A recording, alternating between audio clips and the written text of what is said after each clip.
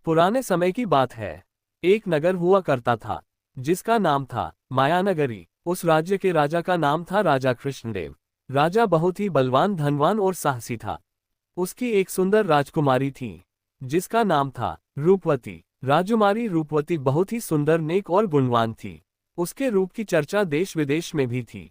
उस नगर से 10 मील दूर एक गाढ़ जंगल था जिसमें एक दानव रहता था जो बहुत ही डरवाना और बलवान था। उसके पास एक ऐसा चमत्कारी हथियार था। उस हथियार में ऐसी शक्तियां थी जिससे वो किसी भी वस्तु या प्राणी को पक्षी में बदल सकता था। उस दानव ने राजकुमारी रूपवती के बारे में सुना और उससे विवाह करने का सोच लिया।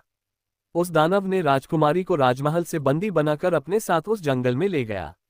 राजा ने बहुत ही प्रयास किए लेकिन फिर भी वह राजकुमारी को न बचा पाए। राजा ने पूरे नगर और उस नगर के आसपास वाले सभी राज्यों में ऐलान करवाया कि जो भी व्यक्ति राजकुमारी को उस दानव से छुड़ाकर वापस लाएगा, उससे राजकुमारी की शादी तथा इस राज्य का नया राजा बना दिया जाएगा।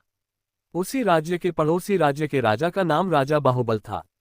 उसका एक पुत्र था जिसका नाम था वीरभद्र। वह बहुत ही सुंदर और पराक्रमी था। वह सभी कलाओं को जानता था और दयावान भी था। उसके पिता ने उसे राजकुमारी को बचाने जाने का आदेश दिया। राजकुमार उसके अश्व पर सवार होकर राजकुमारी को बचाने के लिए चला पड़ा। वह उस जंगल में पहुंच गया जहां पर वह दानव रहता था। वह जंगल मायावी था। उस जंगल में जाने के लिए एक पहेली को सुलझाना पड़ता था। वह पहेली उस जंगल का द्वार पूछता था और जो पहेली को सुलझा पाता नहीं था वो पत्थर का बना देता था।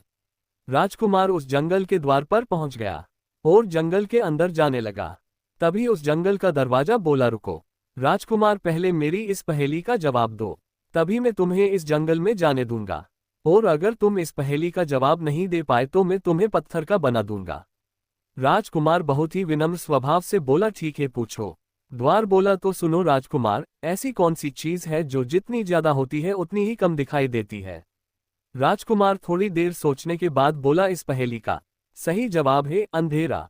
जवाब सुन द्वार बोला, सही जवाब राजकुमार, तुमने सही जवाब दिया है।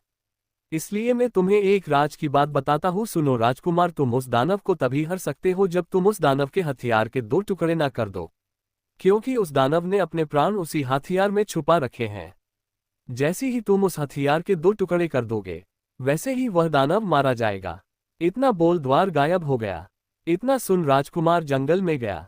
उसे रास्ते में एक शेर मिला। राजकुमार ने तलवार निकालकर उसे मारना चाहा। तभी वह बिला, रुको राजकुमार, मुझे मत मारो, मैं तुम्हारी मदद करूंगा। ऐसा सुन राजकुमार ने उसे जाने दिया।